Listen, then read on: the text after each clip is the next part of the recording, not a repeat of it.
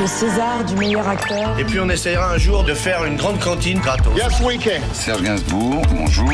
Il n'y a eu qu'un vainqueur, c'est l'espoir. Europe 1. Et à 7h25 sur Europe 1, c'est l'heure du jour où. Le 24 juin 1982, pour la première fois de l'histoire, un Français effectue un voyage dans l'espace. C'est Jean-Loup Chrétien.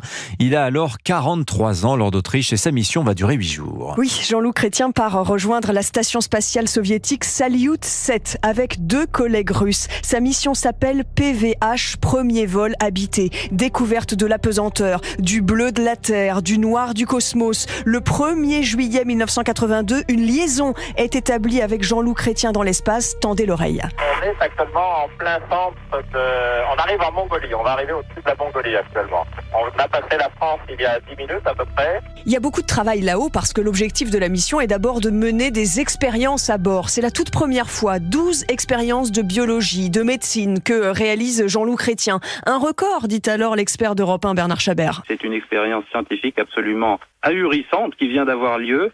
Ahurissante en ce sens que très rarement dans l'histoire de l'astronautique, on a pu assister au travail d'un équipage démarrant, disons, au quart de tour de cette façon-là, sans perdre de temps. Jean-Loup Chrétien revient sur Terre une semaine plus tard. Il fait ensuite d'autres vols sur la station Mir notamment. Et la NASA aux États-Unis va lui proposer d'intégrer le corps des astronautes américains lorsqu'à 60 ans, il est atteint par la limite d'âge en France et ne peut plus travailler comme il veut. Tout ce qu'on propose, c'est de rentrer chez moi et d'aller à la pêche à la ligne. C'est vraiment partir en claquant la porte. Désolé, merci de m'avoir fait voler l'année dernière, c'est très gentil.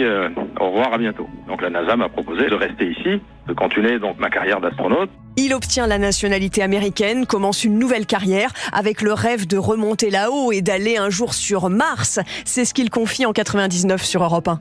Là-haut, c'est un petit peu une drogue. Mais le grand rêve, c'est d'être martien. C'est le grand rêve de tous ici. Alors je ne pense pas qu'à 77 ans, on enverra un Français sur Mars. Mais qui sait.